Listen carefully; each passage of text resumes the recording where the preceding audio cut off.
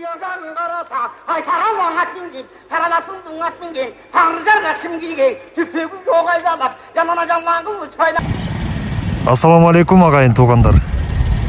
Мен азыр Борбор шаарыбызда жайгашкан мурунку Ак Кул ат майданында турам. Şu арка гана калган экен, калганын имараттар тыптыйпыл жок. Бул жерге эми мамлекеттик мекемелер, турак жайлар салынат деген маалыматтар бар. Мына мурунку Ак Куланын орду. Тарыхына келсек, 1947-жылы колдонууга берилген экен. Негизи улуу ата мекенди согушка чейин эле салына баштап, согуш убагында курулуш иштери токтоп, анан кийин улантылып, ошо 47-жылы толук колдонууга берилип, мына ошондон бери 2024-жылга чейин өзүнүн ишмердүүлүгүн жүргүзүп, улуттук оюндар өтүп келди.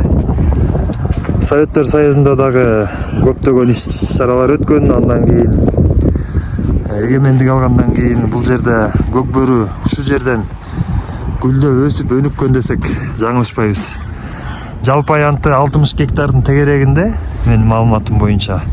Ал эми тигил жакта жайгашкан сарайларда ат сарайлар бар болчу, 5 гектардын тегерегинде аянтта жайгашкан эле.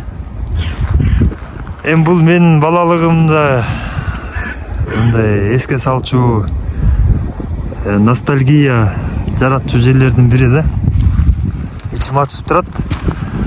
Ошо Ак Куланын жок болуп калганда бул Ак Кул ат майданы тарыхый имараттардын катарына кирчү эле, бирок мамлекет ушундай чечим чыгарып, бул жерде башка нукта пайдаланууга чечим чыгарышкан экен. Эми Ак Кул ат майданы шаардын четине тагыраагы мурунку Баян Антоновка айылы, азыркы Кожомкул айылы ошол жерге көчүрүлгөн.